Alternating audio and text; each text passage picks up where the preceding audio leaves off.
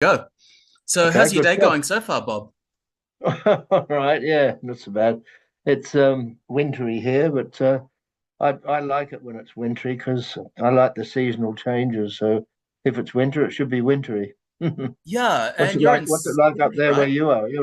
You're in Vietnam, aren't you? Yeah, I'm in Vietnam. It's the summer season over here, but it's a bit rainy today, so it's a bit cooler than usual. Oh, okay. Where are Yeah. you from originally? I grew up in New South Wales near Coffs Harbour, that sort of Oh, I area. know. Yeah, yeah. Yep, yep, But yep. my family all lives in Brisbane now, so before I moved here, I was in Brisbane. Uh-huh. And how long have you been in Australia now? You've been here quite a while. I guess you're married now and you've been in Australia for quite a few years. Yeah, I got married in England and we came out here. My daughters are from England. Yeah. We all came out here in '97. It was. Mhm. So yeah, next year it'll be 30 years. Yeah. Blimey, how time flies when you're having fun, eh? Yeah, exactly. And Yeah. how old were you when you left Australia? I mean, you grew up in Sydney, right? And then you left Yeah. to play music in England, was it? Yep, yeah. I went to London, and yeah, I was 21, Wow. a long Uh, time ago. yeah. And did you enjoy growing up in Australia? And do you find it's like a different place than it was back then? Well, it's very different now to what it was when I was a kid. Mm. Um, I grew up in the western suburbs, which I wasn't really too into at the time. It was going from there to London. It was a huge, well, I suppose, shock to the system, but a good one. Yeah. One minute I was in the western suburbs, and then the next minute I was in London, rubbing shoulders with Led Zeppelin and Jeff Beck and the Who and people like that. It was amazing, because I was I was 21 and I'd been playing for a while, and I went there really to hook up with musicians and get into the business. So I knew a friend of mine worked for Led Zeppelin, and he Mm. had a flat in Holland Park in London. And he said to me, he said, "You can stay here." He had a little spare room, just a little room, but it was, to me, it was a palace because I had nowhere else to stay. But he said, "You can stay here for as long as you like, or for as long as it takes you to get on your feet." And he was very, very connected. He'd obviously, working for Led Zeppelin, he knew a lot of people. And that worked out very well. Clive Coulson, his name was. Yeah. He's not with, yeah, he's not with us anymore, but bless him, he's a lovely, lovely guy, and helped me a lot. And before you moved to England, did you have much success in Australia? Were you pulling big crowds at the time when you were younger? Yeah, we had a band called Carver's Jute. I don't Mhm. know if you're familiar with Carver's Jute, are you? No, I've just looked up a bit of your early information, but I haven't really had a chance to listen to your very early stuff. Oh, okay. Carver's Jute, we had done an album just before I left for London. It was all original material. Probably one of the first bands. There was Tamam Shud. They'd done an original album.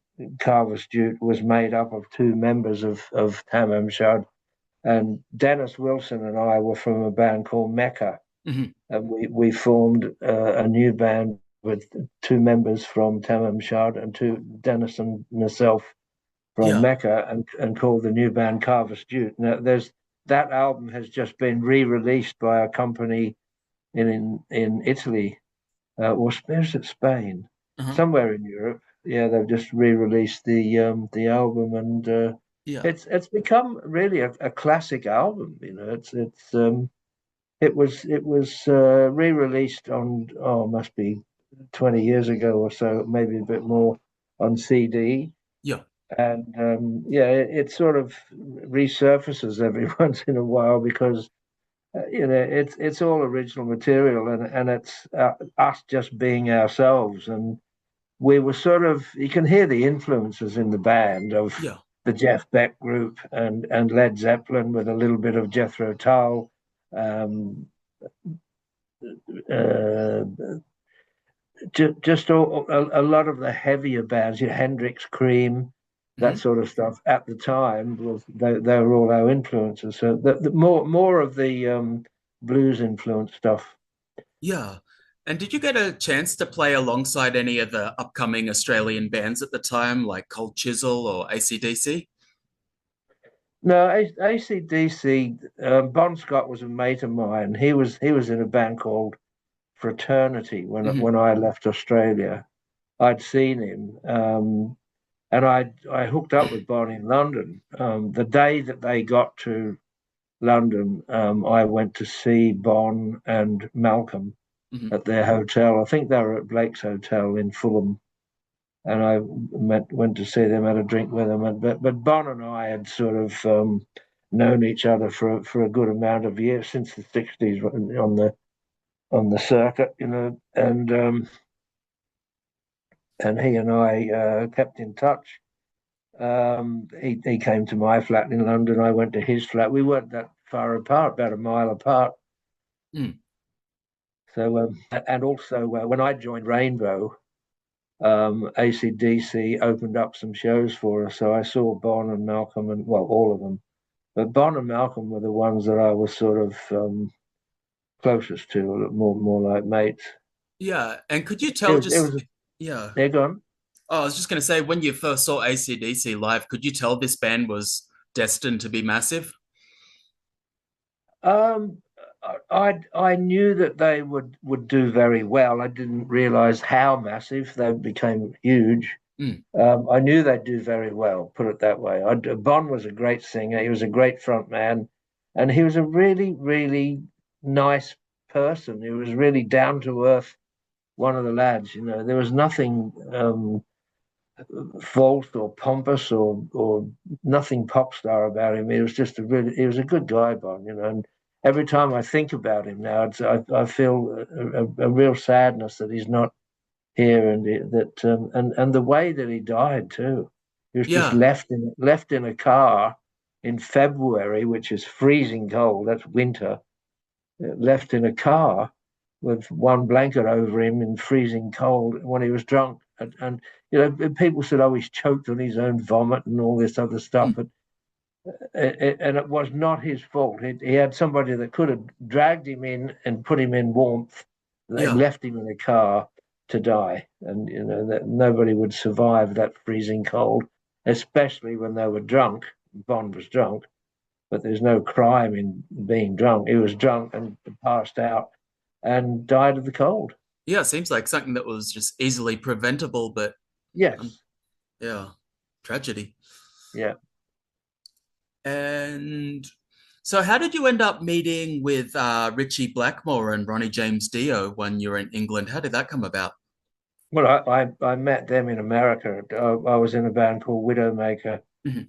and at the end of the Widowmaker US tour, Yeah. I went to see a friend of mine, Dick Middleton. He'd been the guitarist in Mungo Jerry, Yeah. and he was a mate of Richie Blackmore. So Dick was English, but he was living with his family in LA. So at the end of the Widowmaker tour, I went to see Dick, and he told me, he said, because he was mates with Richie, he said Richie's looking for a bass player for his band Rainbow. Yeah. Would you be interested? Well, I loved Widowmaker. I loved the guys. I loved the music. We were doing well, but there were certain elements of how should I put it, behavior Yes. that really sort of became a little unprofessional, if you like. I'll cut to the chase. There were fist fights and there were all sorts of disagreements, and it just got silly. Yeah. And and I didn't really want to leave Widowmaker, but I didn't want to jeopardize my career because of how with other people's behavior. Anyway, I went out with Dick Middleton and Richie one night just for a couple of beers at the Rainbow Bar and Grill in LA, and Richie said because Richie wanted to audition people as a person first before he'd even entertain the idea of auditioning you for the band. So, but he said that night, he said, "Come down, have a play, and we'll see how it goes." So I went down, and I did the audition. Richie put me through my paces for about an hour or so. Cozy Powell was there. Ronnie Dio was there. I think David Stone was there, Mm. the new keyboard player. And at the end of it, Richie and Ronnie and Cozy went off into a little office and came back out, and they said, well, because they had auditioned about something like 40 bass players or Wow. something, they just couldn't find anybody they liked. But at the end of my audition, they got together, came out of the office, and said to me, well, you've got the gig if you want it. And I didn't jump at it. And that it must have been a surprise to them because I said, okay, I'll think about that. They must have thought you jumped up, little fucker. Do you think you are? You know, it's funny, but I had to give it some thought Mm. because Richie Blackmore had a reputation of chewing people up and spitting them out. You know, I could have lasted a week, I could have lasted a month, I could have lasted a couple of months, and then find myself with nothing. You know, but I thought about it, and the decision really was made for me because we had one more show to do with Widowmaker, and we played at the Whiskey. Yeah. And that night, Richie and Cozy came, and we played, and I was to meet Richie up at the Rainbow Bar and Grill, which was just up from the Whiskey. Yeah. And after we'd finished the show, I went up to the dressing room, and another squabble broke out with with Widowmaker, and I thought, oh no, I just can't stand this. I said, lads, I packed my bag. I said, I'm going up to the Rainbow. And I meant I was going up to the Rainbow Bar and Grill, but I was Mm. joining Rainbow. And as I walked into the Rainbow, Richie was sitting there and he clapped as I walked in. I thought, wow, Richie Blackmore's clapping me. That's something. And that was the night I just said to him, okay, Richie, count me in. Because up until that point, he thought that I'd said, yes, I'll do the gig, but I hadn't decided and I hadn't given the go ahead. But that night, I'd had enough with Widowmaker, and that's what happened. I told Richie, okay, count me in. I'm in, and he said, okay, we'll start rehearsals tomorrow, and we I joined Rainbow the next day. Yeah. And Richie has a bit of a reputation for being maybe difficult to work with. Did you find he was a nice guy, or was he difficult at all? What was he like, his personality? I didn't have a problem with him because I understood him. He was a very aware person. He Hmm. was a very astute person. He was a good musician, and he was serious about the music. So, in my book, it was like, yeah, bring it on, you know. So I enjoyed that. I enjoyed the discipline and the and the his tenacity and everything and his being pedantic about music was great. So I didn't have a problem with him. I just put my head down, got on with it, was reliable, professional, and he and I always saw eye to eye. Yeah. And I noticed with the early Rainbow, when you would hear the live concerts, it was just so much different from the albums. What was it like playing live? Because sometimes the live versions of the songs would be like twice as long as the album versions. Was a lot of that just improvised, or how did you, I guess, jam on stage with Rainbow? What was it Well, like? it was yeah, it was sort of jammed, but within boundaries. You Yeah, know, it was sort of like partially rehearsed, um, and depending on the mood of everybody, but most of it was rehearsed, yeah. and sometimes extended a bit and or changed a bit or whatever. But most of it was rehearsed. Oh. And did you know Ronnie James Dio before Rainbow? Did you ever see him when he was playing with Elf? Yeah, yeah. There was one show when I was in Chicken Shack, Mhm. and we did a show in Germany, and there was Elf on the bill, Deep Purple on the bill, and Chicken Shack on the bill. So there was Richie in one band, I was in Chicken Shack, and Ronnie was in Elf. So the three of us were there at the same show, but in different bands. So, Ah, yeah. but I didn't really take that much notice of Ronnie or Elf or whatever because uh, they were sort of, I don't know. It was only really later that year. That was 75, and it was later that year that it was like Richie joined Elf and then gradually got rid of each member. So, Yeah. And did you leave on Rainbow on good terms? I know Roger Glover came in. Did you want to leave, or did he kind of push you out of the band? It was weird because nothing was ever said. At the end of it, we did a long American tour, Mm, and it was like 5 months or something. It went on and on and on. But at the end of it, we all just went home, and nothing was said. But during that tour, towards the end of the tour, Ronnie pulled me aside, and we were mm, waiting to get picked up to go to a sound check one afternoon. And Ronnie said to me, "If this band folds, or if it falls apart, or there's any changes, would you be interested in forming a band with me?" And I said, "Yeah, I like working with Ronnie." I said, "Well, if I'm not in this band," I said, "Yeah, sure, 'cause I like working with Ronnie. He had a great voice. yeah. He was a nice guy. He and I got on really well together." And I said, "Yes, for sure." And but at the end of it, I thought does he know something that I don't? It didn't really come to anything then. But and at the end of the tour, we all went home, and I hadn't heard anything. Mhm, No, nobody said, "Okay, well, Richie's not doing this, or he's doing that, or he's replacing this person," or none of it was said. It was weird. And then I got a phone call from Ronnie, mhm, and he said, "Yeah, the band's folding." He said, He said, "I'll try to put something together here and get a record deal, find a guitarist. Well, are you up for it?" And I said, "Yeah, I am." He said, "Well, don't do anything until you hear from me again." And then he'd phone again. And over the next few weeks, he kept phoning mhm. and telling me not to look for anything else or do anything else. But then all of a sudden, I walked up Holland Park Avenue one day, and the music got one of the music papers, and was Melody Maker or Mhm. NME, one of those, or Sounds or whatever. And on the front page, it's got Ronnie James Dio joins Black Sabbath. And I thought, oh, thanks for telling me, Ron. Yeah.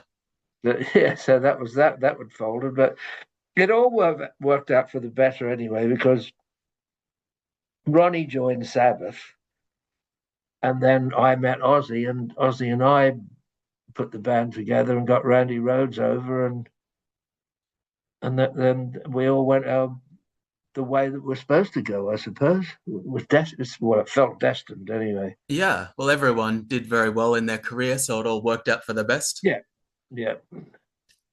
And did you ever keep in touch with Richie Blackmore over the years? Do you still talk to him at all?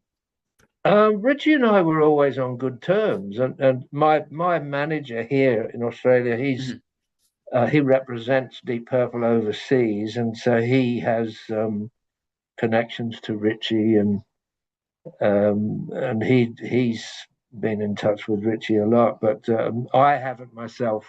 But there was never any problem between Richie and myself, and or any animosity or anything like that.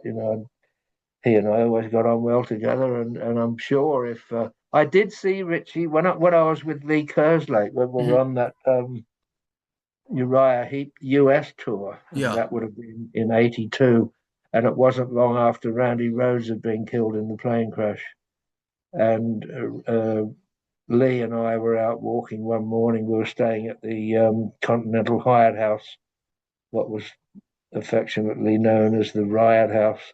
Yeah. And we had breakfast with Richie and Ben Franks just up the road. And that was the last time I actually saw and talked to Richie. And that because we were discussing about how Randy was killed and how terrible it was. And mm, Yeah. And when did you end up first meeting Ozzy? Did you meet him while he was in Black Sabbath, or was it in just after they broke up? I think I met him. I think I did a show with Black Sabbath at somewhere along there in the earlier '70s. Yeah. But in actual sort of meeting him officially and talking, it was in 1979, Mm, and he was at a gig. I went to a gig in London at a place called the Music Machine in Camden in London, because there was a band on there called Girl, and they were a Jet Records band, and I'd been on Jet Records with Widowmaker. So I thought if I go to this gig, there might be people there I might know, because I was looking for something. I'd just come out of Rainbow, and one of the guys there, Arthur Sharp, he worked for Jet Records, and he said, "Oh, do you know Ozzy? He's here tonight." So he introduced us, and Ozzy and I began chatting. And Ozzy had he was said he was putting a band together. He asked me if I'd be interested because he knew that I'd just come out of Rainbow, and so I said yes, I'd be interested in at least trying, have a play together and see what it's like. Mhm, So David Arden, Don Arden's son, mhm. he was managing Aussie day to day stuff. He phoned me and he said, "Look, we'll get you a first class ticket up to Stafford. Ozzy will pick you up at the station. Go and have a play, see what happens." But when I got to Ozzy's house, he had two other guys there, a drummer and a guitarist. I can't remember their names. I mean, they were decent players and they were nice enough guys, but they didn't blow me away. So when we had a break, I went out in the kitchen with Ozzy and I said, "Ozzy, if you want to get serious about this," I said, "these guys are nice guys, and they're decent players and that." But I said, "I wouldn't call them world class." Mhm. So that's when he started telling me about another guitarist that he'd seen in LA called Randy Rhoads. And so I said, "Well, let's get him over. If he's that good, let's get him over." But David Arden didn't want to bring Randy over. Number one, he was American. They wanted to keep it UK based. Yeah, Number two, he was young and unknown. But eventually, uh, David Arden agreed and got Randy flown over. And then it was me and Ozzy and Randy began auditioning drummers. And we called the band the Blizzard of Oz. We auditioned at least 40 drummers. yeah, We finally found Lee Kerslake was the last guy we had to audition.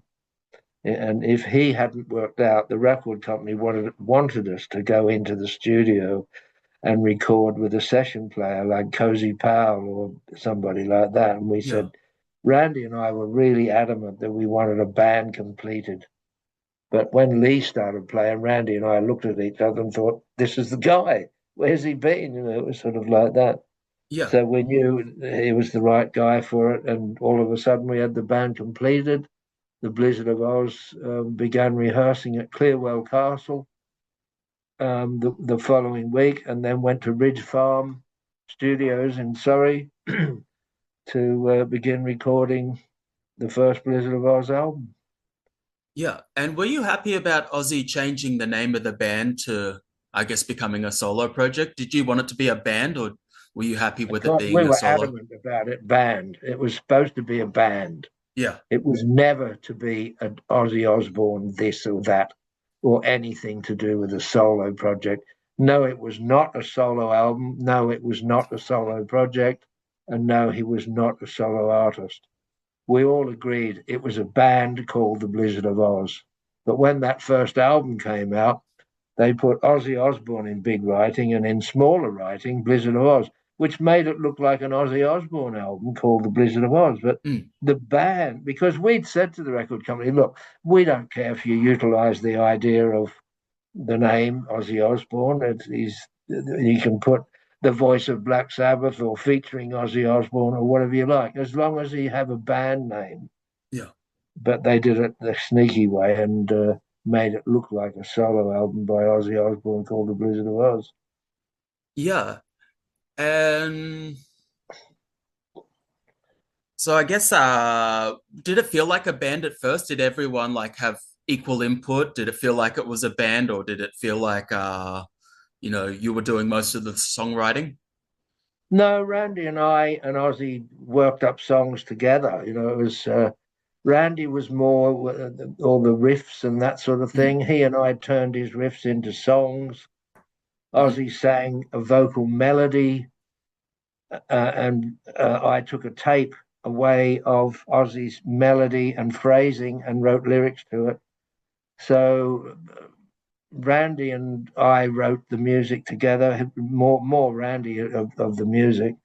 mhm. Um, and then Ozzy came up with the vocal melodies and the phrasing, and I wrote the lyrics to it. So it was a joint effort between the three of us.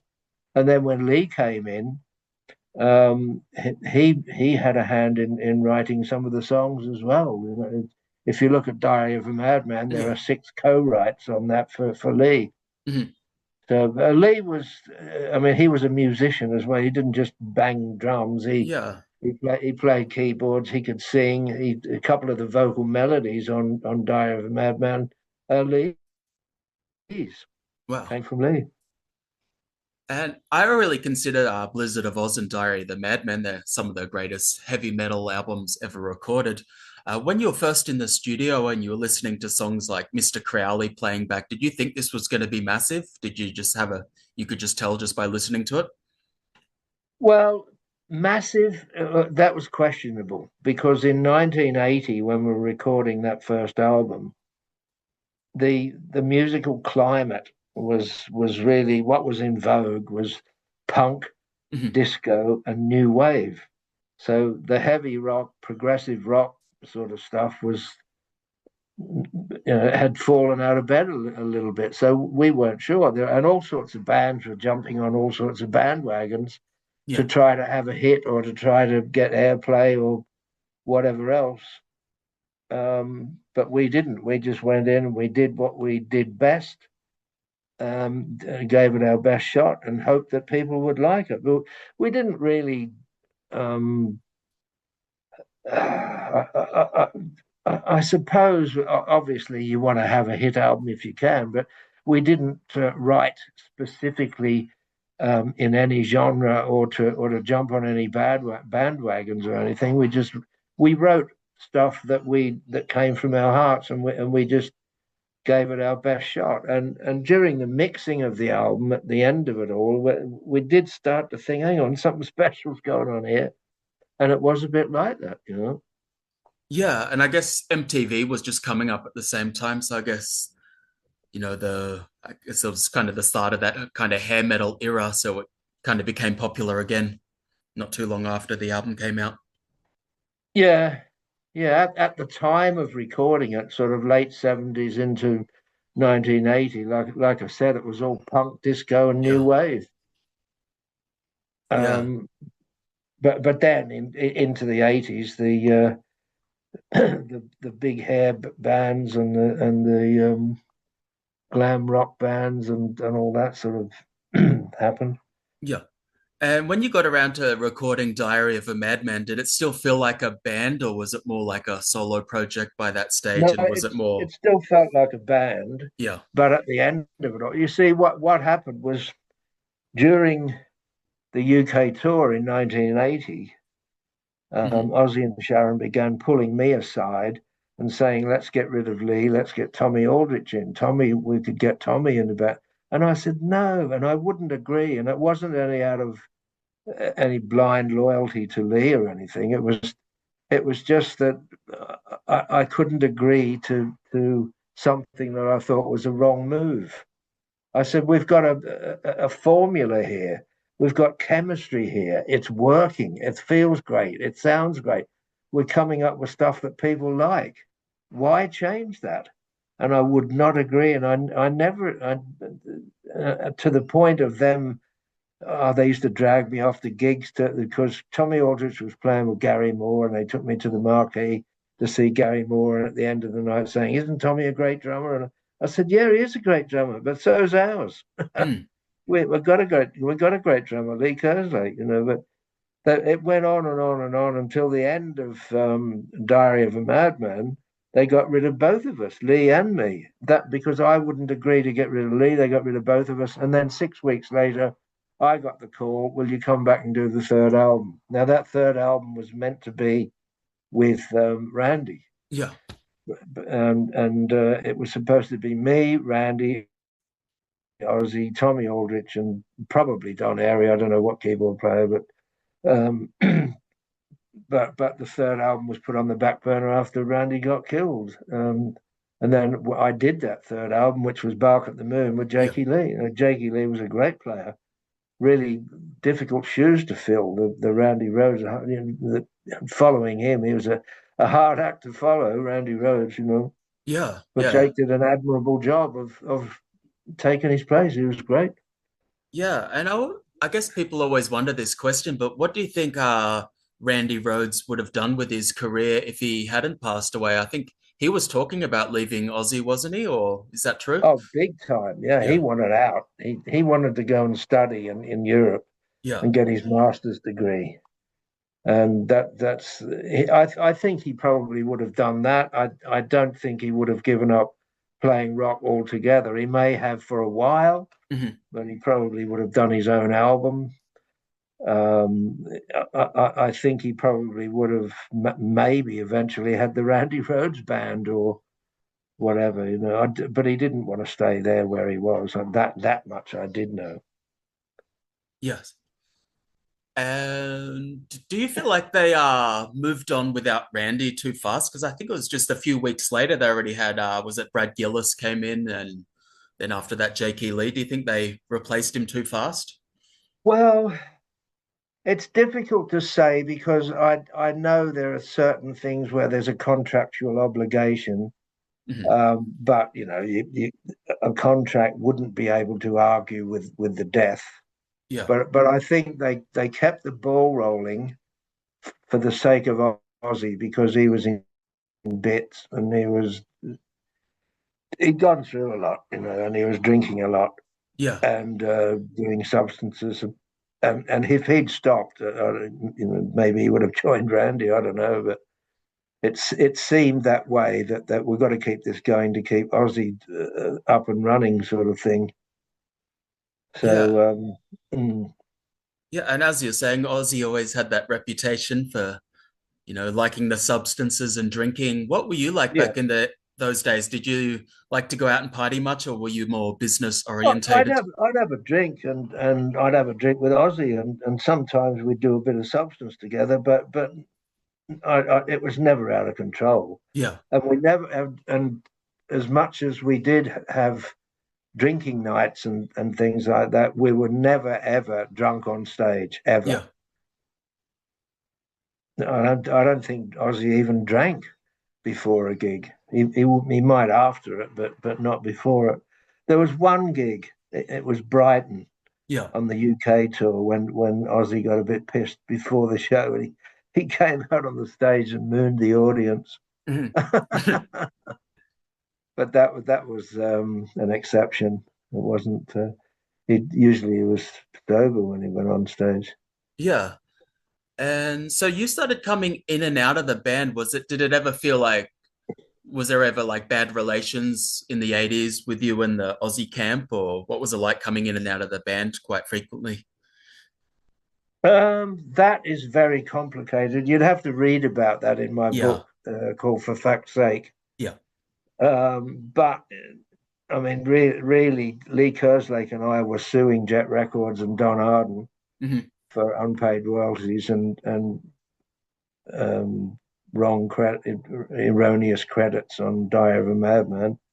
Yeah. They credited Tommy Aldrich and Rudy Sarza, who hadn't played a note or a beat on it.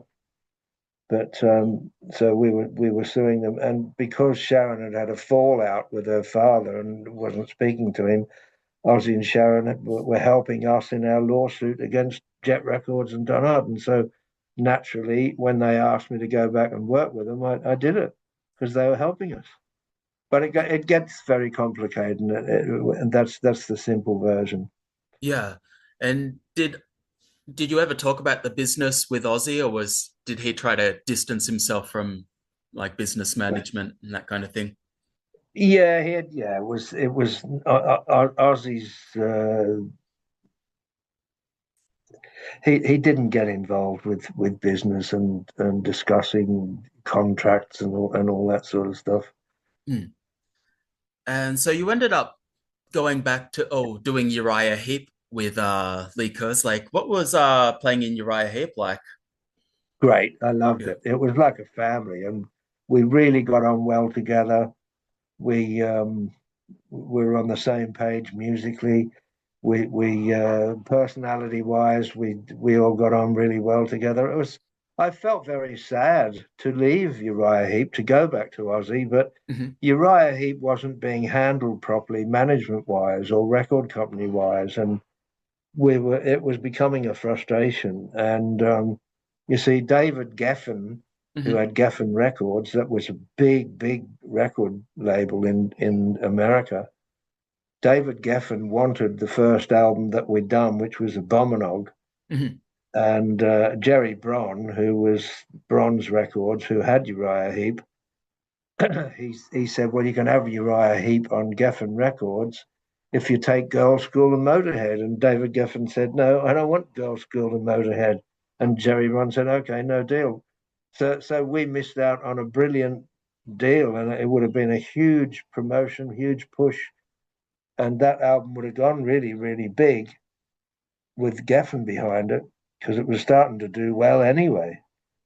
But we lost out there, so it was very disappointing. I did the second album, which was Head First, which Yeah. is still a good album. That's a good album as well. Yeah. And I love the guys in the heap, and we all got on well together in every way, you know. And I was sad when I left the heap to go back to Ozzy, but originally I was going to go back to Ozzy temporarily just to write and play on the third album, which was ended up as Bark at the Moon. Hmm.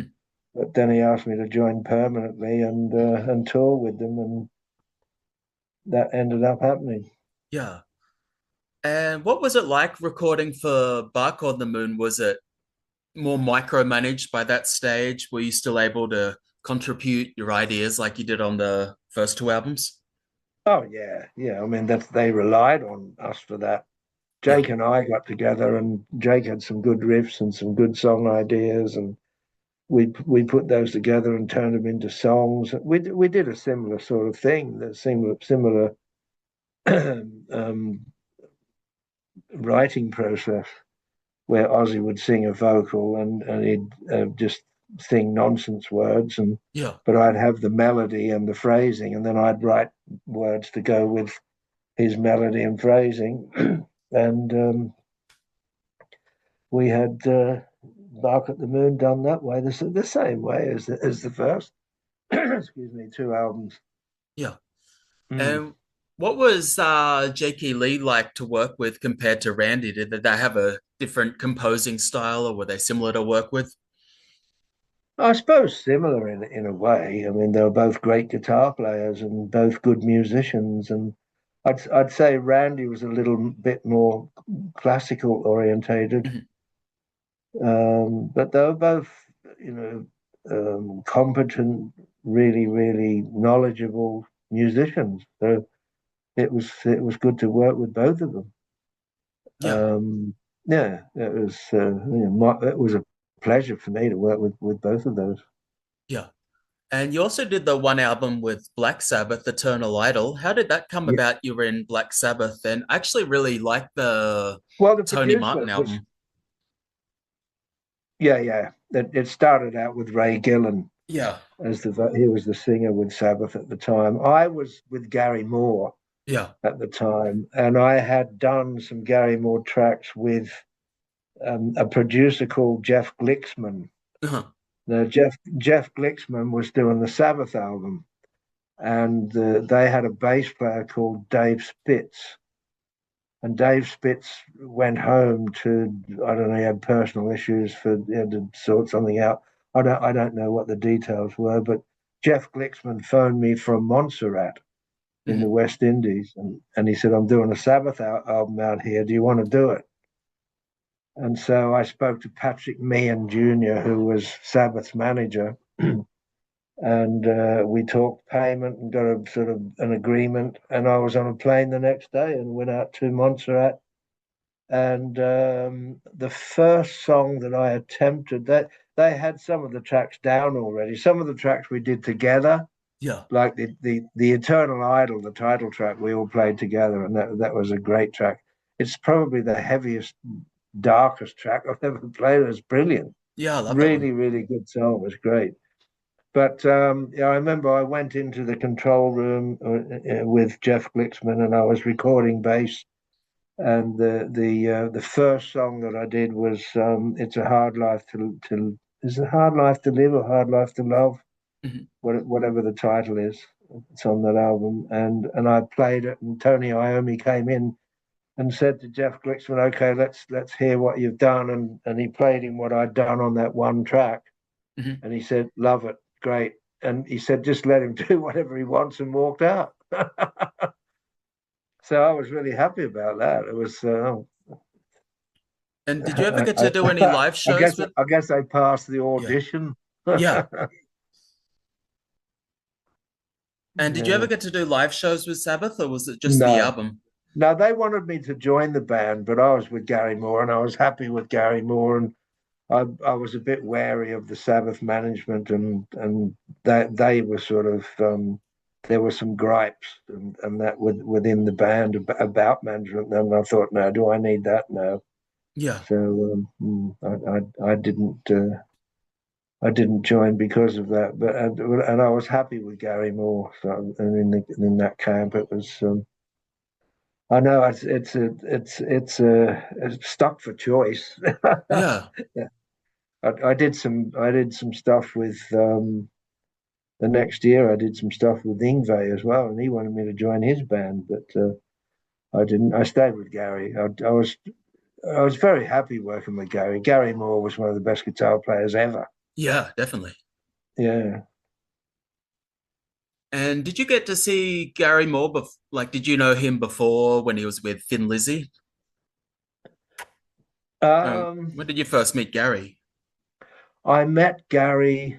I actually I did some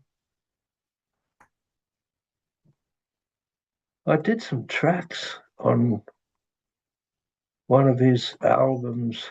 Which was it? Corridors of Power, maybe, or whatever it was. But I know Gary was there with. We went to the Monsters of Rock. No, no, wait a minute. No, it was Donington. Yeah. We went to Donington. It was me and Ozzy and Sharon, Randy Rhodes, and Gary Moore and his girlfriend, and we're all in the same car together. Yeah.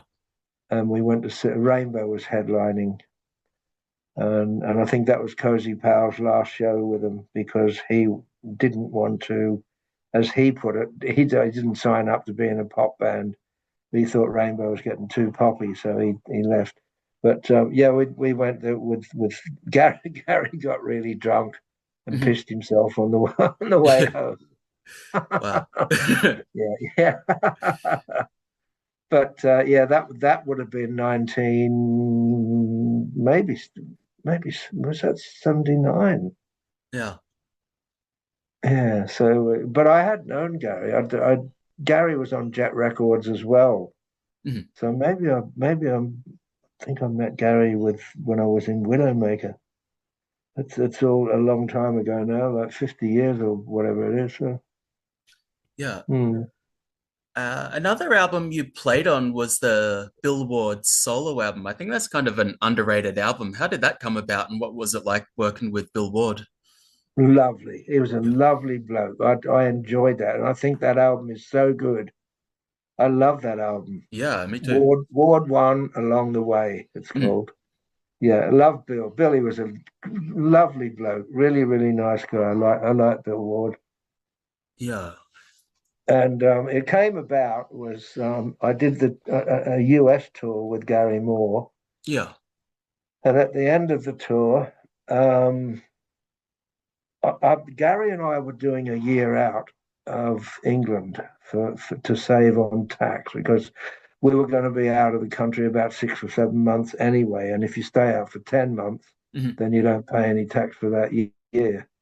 And so I was waiting in LA to work with Ingve, and Bill Ward got in touch with me and asked me to play on a couple of tracks of his album. So I went out to he didn't live far out of LA, and so I went to his place. He had a studio there, and we did the tracks. And it was really really nice guy, really nice bloke. And were they ever talking about putting together like a full Billboard band and doing a tour, or was it just going to be an album? Not to me. No, I don't know whether that ever happened with because there were a lot of different people on the album. There were a lot of Yeah. guests. Yeah, I don't think Zach Wilde was on it, and I think Jack Bruce was on it, and Mhm. there was various people. But Yeah. Ozzy was on it. Only Ozzy did it. I think that Ozzy and I did the same tracks. Yeah. But yeah, I really enjoyed working with Bill. Really nice guy. I like Bill a lot. Yeah, I really like the Bombers Bomb Bates track, Oh, I think. Bombers, yeah, can Yeah. open Bombers, yeah. Yeah, that's a great one. And the last album you played on with Ozzy, that was No More Tears, right? How much did you contribute to that album? I was dragged in at the last minute with that. Hmm. Um, uh, so I didn't contribute a lot songwriting wise. I think I was supposed to Hmm. write lyrics for the songs, and I began writing lyrics for the songs. I had about six or seven of the songs written, and all of a sudden I got the call to, oh no, you're going home tomorrow. I went, oh well, I think they wanted to save money, or I don't know what they were doing. There was no fallout or animosity Okay. or anything that happened. It was just a change of plan. You're going home tomorrow, so that Yeah. was it. But I played on the whole thing, and because I thought that I'd be writing lyrics for the songs, some of the songs I put ideas into, Hmm. but didn't get credit because I thought, well, eventually I'll get the credit on the song when I do the lyrics, but because that didn't happen, I didn't get any credit on those songs either, and just got paid to play on them and got fucked off. Yeah. And did you ever discuss with Ozzy about coming back for any other albums like Osmosis? No, funnily enough, Osmosis was a band name that I came up with in the Uh-huh. early days when it was just me and Ozzy and Randy, Yeah. and we were looking for a band name, and I said Osmosis. Yeah. Um, I don't know, it didn't happen, but then he ended up calling that album that. But no, I didn't. I didn't get the call for that one. I think maybe that I know that it got to a point where Lee and I found out that they were receiving our royalties rather than Don Arden, and because I got a threatening phone call from Sharon. Oh. Yeah, And did you ever get along good with Sharon, or was it always like an icy in the early relationship? days. Yeah, in the early days, it was great. It was Yeah. good. We used to I used to spend a lot of time with Ozzy and Sharon together, and if they were on the road and they were going out for dinner, they'd always drag me along because Ozzy wanted a playmate, So Hmm. Ozzy and I always had a good laugh together, and it was good in the early days. It was great. Yeah. I guess she got more and more involved in the management, I guess, that part of Ozzy's career. Yeah, yeah, which really didn't help the situation because being the manager and the wife of the singer of the band, it was just became a bit sort of sometimes a conflict of interest in them. Yeah. And did you really have much contact with Ozzy, I guess, after No More Tears up until when he passed away last year? Did you see him off and on? No, I would have liked to have been able to make up with him and all the rest, but it didn't happen. I wrote a little piece in my book about, well, you'll read it when you Yeah. get the book, but it was a message to Ozzy. Hmm. Um, but you'll see that when you get the book. But yeah, I didn't expect to be featured in that last show, but when I saw the audience all singing along with the songs that I'd written, I thought they're all singing my lyrics, and I don't even get a mention on it. But I suppose because of the dirty water that had gone under the bridge, Yeah. I couldn't expect to be mentioned, and certainly not featured. But some sort of acknowledgement would have been nice, but I didn't even get that. Yeah. And did you want to attend the Back to the Beginning show? Did you talk to No, with them at no, all? I didn't want to go. I didn't want to fly to the other side of the world do all that. It was just nah. I thought I'll let them get on with it. I wasn't really interested. It was a nice sort of farewell to him, and seeing it Mm. was so close to when he did depart. Yeah. The timing was good for, I suppose, because if it left it much longer, it wouldn't have happened. Yeah. And are you surprised that, all these years later, people are still listening to albums that you recorded decades ago? Surprised? No. I kind of think of them as always being, in their own way, current. Hmm. It's funny. There are certain albums that become classic, and people listen to them all the time, and each new generation comes up and hears them. There's certain Led Zeppelin albums like that. There's certain Jimi Hendrix albums like that. Hmm. There's certain Jeff Beck albums like that. There's Beatles albums, Rolling Stones that people as they grow up learn. Oh, this is something new, and it might be 40, 50 years old. But Yeah. there's some things that just don't grow old, and I'm pleased to be able to say that I was part of a lot of those albums that didn't grow old that way. Yeah. And when you look back on your discography, do you have like maybe 10 or so albums that really stick out, like the albums that you're most proud of? Probably, yeah, I think so. You want to you Yeah. want to know what they Yeah. Can are? you tell me a couple of them? Yeah, we can Well, make a certainly, yeah. list. I definitely the Carver's Jute album, Hmm. and that's Kahvas, Hmm. new word, Jute, Jute. Yeah. That album, it's the first album that I ever did, Yeah. and it still holds up today. And that album was recorded in 1970. Yeah. That's a long time ago. Yeah, I mean, you can hear our influences in the music and in our playing and that of bands like the Jeff Beck Group and Led Zeppelin and Jimi Hendrix and Cream and all those. But we had our own identity as well and our own sound. So that's definitely one. Um, I like the Widowmaker album, the Hmm. second one, Too Late to Cry, with John Butler singing. That's a good one. Yep. Um, Blizzard of Oz, Diary of a Madman for sure. I like there's an album I did with Gary Moore called Power of the Blues. Yep. That was the last album that I did with Gary. And I like that album too because it has spontaneity we recorded it quite quickly, just like go in the studio as a band and just play. Hmm. And it was sort of like that. So it didn't take a long time because I remember him. We went in on a Monday morning, and by Thursday, Gary was saying to me, "Blah," he said, "We've got 9 tracks already for the last album. It took 3 months to get to this stage. We'd done it in 3 days." Wow. So yeah, but yeah, the Gary Moore stuff, the Ozzy stuff, the Uriah Heep album, the Abominog, that's a Yeah. classic album. Yeah, um, the Hoochie Coochie Men with John Lord. There's an album called Danger White Men Dancing. That's a good one. Uh, Mother's Army stuff. That's some good stuff too, with Joe Lynn Turner singing. Yeah. The first two albums were with Carmine Appice, and the third album was with Ainsley Dunbar on drums. So some good drumming on all those albums. Jeff Watson, me, and Joe Lynn Turner.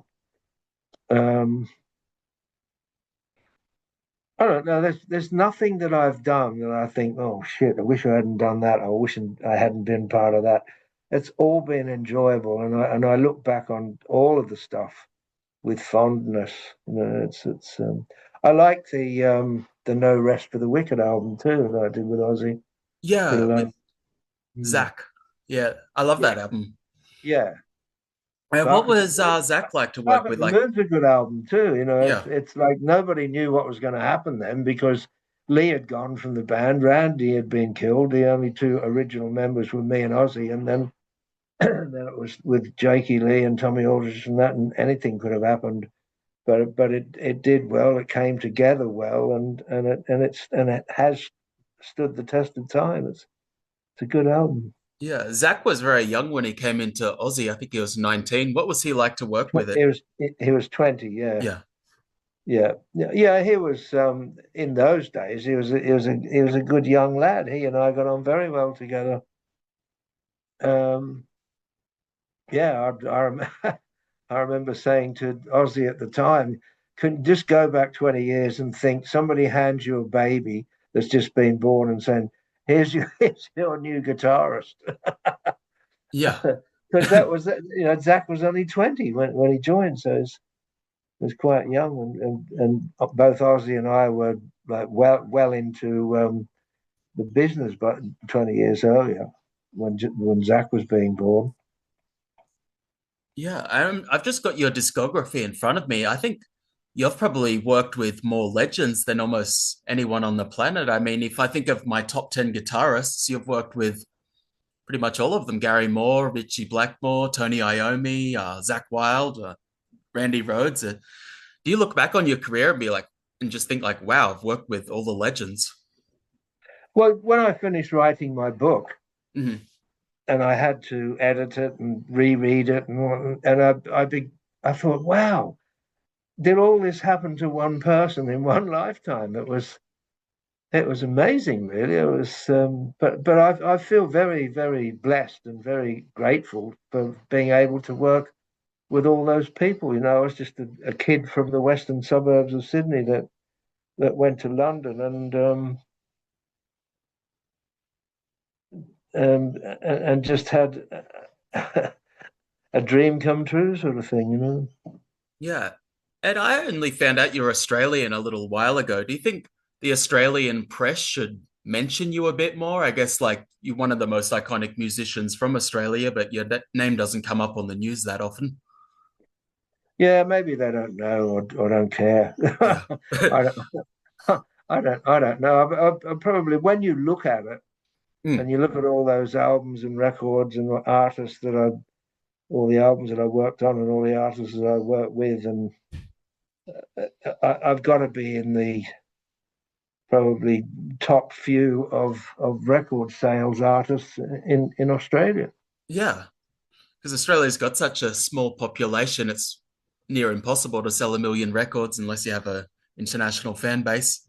Yeah, I mean, it's people like Kylie Minogue and the Bee Gees, Yeah. but you see, the Bee Gees weren't Australian born. Yeah.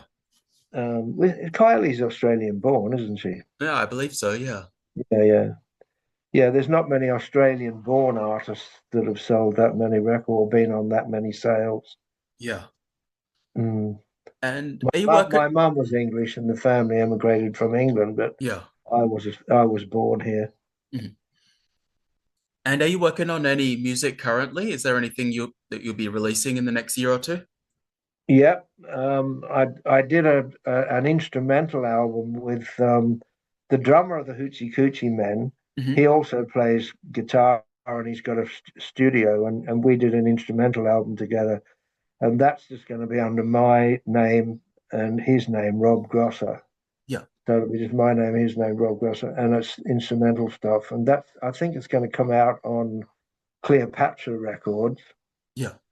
And there's another album that the Hoochie Coochie Men are doing that's almost it's nearing completion, Mhm. and that's a blues orientated album. It's not pure blues, but it's blues influenced, and it's got a couple of blues standards on it, but some good new originals as Yes. well, the new originals. Yeah. um, and that's got some great people on it too. It's got Joe Lynn Turner on a couple of tracks. Got John Butler on a couple of tracks. Hmm. He was the singer of Widowmaker. It's got Ray Dorset from Mungo Jerry on a couple of tracks, and he still sounds exactly the same. Like Yeah. the in the summertime voice. It's brilliant, great stuff. And a Scottish singer that I've just found, and his name's Will, and he's got a band called Vintage Explosion, but he's Hmm. done a couple of tracks, and his voice is great voice. Yeah. So the Hoochie Coochie Man album should be done and finished this year. and Yeah, I think it's going to be called. I've named it "The Road Home." The Road Home. Excellent. I can't wait to hear that one. Sounds great. Yeah, it's a good one. I'm happy with it. I'm pleased with it. It's yeah. I'm gonna that one. I'm gonna because and plus it's taken Rob and me, and well Tim Gaze is the guitarist singer on it on some of the tracks as well, singing and playing guitar on all the tracks. And there's an English girl called Jana Lee Cohen who did a vocal on so and Will's daughter had did a track called Same Old Rolling Stone. Mhm. But there's some, it really has some nice moments, this album, and I'm really pleased with it. And because it's taken us a good while to put together, but what with some of it's being recorded sporadically, you know, like where Rob got ill or something happened or I nearly died or, Mm. and that's true. But we've finally got to the point of nearly completing it. So when we do complete it, we're going to have a playback party and a glass of champagne. I can tell you. Yeah, can't wait to hear Yeah, it. yeah, Uh, yeah. John Lord was also in the Hoochie Coochie Men. What was he like to work with? Another legend that you've played Great, with? lovely, lovely guy, brilliant musician, and really pleasant to work with. Really, really good. Yeah, and that was the last time I worked in Olympic Studios. Olympic Studios in London. It was in Barnes, and that studio, everybody worked at Olympic, like the Stones, the Beatles, Led Zeppelin, the Who, you name them. So much music came out of Olympic. And the last time that I got to work in Olympic, because I think it closed down as a studio, was with John Lord. And there's a picture of me standing at the front doors of Olympic, um, working at Olympic, because that was where also that I did my very first audition for Chicken Shack was at Olympic Studios with Stan Webb, great guitar player Stan Webb, great Yeah. blues player. That's Uh, where I did my first audition with Chicken Shack, and that would have been in 1971. So yeah, and I was trying to find a copy of your book for fact's sake. I like a lot of the time I listen to books on audiobook. I couldn't find an audio version available, but no, you, there's not a no. I haven't done an audio one yet. yeah, It might happen eventually, but there's the tangible book which is available from Amazon, yes. and there is going to be an ebook at some point, maybe sort of soonish. Yeah, yeah, an ebook would be great just because I travel a lot, so I don't really keep books with me. But if I could get a digital version, I'd love to have a read. Right, but the tangible one, the paper book, Mhm. has got a lot of photos in it, Oh, yeah. so you need it for that too. I think Yeah, it's got well, like it's got about I don't know close to 400 photos in it, and a lot of them nobody's ever seen before. So yeah, I'm definitely gonna have to try track down a copy. yeah, And just have go you to got a, Amazon. They've got it. yeah, have you got good reception from the book? Has it been selling Oh, well? the reviews have been great. I mean, it's been selling and selling and selling now for 13 years.